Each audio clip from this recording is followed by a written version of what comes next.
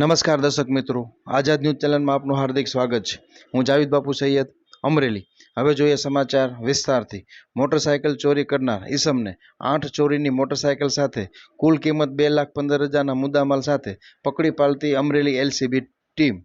વિગતવાર વાત કરીએ તો અમરેલી એલસીબી ટીમ બગસરા વિસ્તારમાં પેટ્રોલિંગ દરમિયાન મળેલ બાતમીના આધારે શંકાસ્પદ મોટરસાયકલ સાથે આ પકડાયેલ ઈસમ અસલમભાઈ આલમભાઈ પબડા ને સઘન પૂછપરછ કરતા રાજુલા, બોટાદ, ગોંડલ અને જૂનાગઢમાંથી અલગ અલગ કુલ 8 મોટરસાયકલ ચોરી કર્યાની કબૂલાત આપી હતી। જે બાબતે શું કહે છે અમરેલી ડીવાયએસપી દેસાઈ, જુઓ આ રિપોર્ટ। અમરેલી જિલ્લામાં મિલકત સંબંધી બનાવો, ચોરીના બનાવો બનતા હોય છે। આ સંબંધમાં Bhavnagar range IGP Shri Gautam Parmar sir દ્વારા તથા અમરેલી જિલ્લા પોલીસ વડા શ્રી સંજય ખરાત સરનાઓ દ્વારા માર્ગદર્શન અને સૂચના વારંવાર આપવામાં આવતી હોય છે।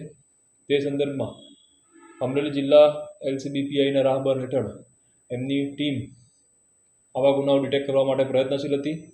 તે દરમિયાન તેમને સ્પષ્ટ બાતમી હકીકત મળેલ કે અસલમભાઈ આમદભાઈ પબડા કે જે બગસરા ખાતે રહે છે અને એમના દ્વારા બાઇકો ચોરી કરવામાં આવતા હોય તેમને પૂછપરછ કરતાં તેમને કુલ 8 મોટરસાયકલ બાઇક ચોરી કરેલ, 2 રાજુલા પોલીસ સ્ટેશનમાં ગુના દાખલ થયેલા છે।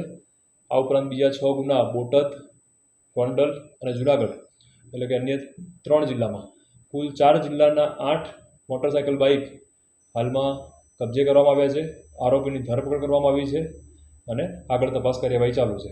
આ સાથે જ ખાસ જણાવવાનું કે આ તપાસ દરમિયાન ધ્યાનમાં આવેલ છે કે ચોરીના બાઇકો ચોર દ્વારા ચોરી કર્યા પછી ખોટા કાગળ બનાવી ગામડામાં ખાસ કરીને ખેડૂત વર્ગને ઓછા ભાવે લખાણ કરી આપવામાં આવતું હોય છે। ખેડૂતો દ્વારા એ બાઇક ચોરાયેલું છે કે નહીં, આરસી બુક એની સાથે છે કે નહીં, આવા કોઈ પણ પ્રકારના બીજા જેન્યુઇન ડોક્યુમેન્ટ લીધા વગર માત્ર લખાણના આધારે સાચું સમજી ખરીદતા હોય છે।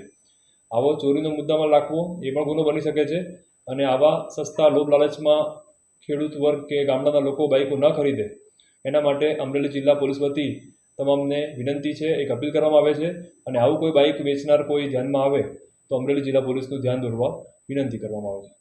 સાહેબ, આરોપીને ચોરી સિવાયના બીજા કોઈ ગુનામાં સંડોવાયેલો? અત્યારે હાલમાં આરોપી વિરુદ્ધ અન્ય કોઈ ગુનાઓ ધ્યાનમાં આવેલા નથી।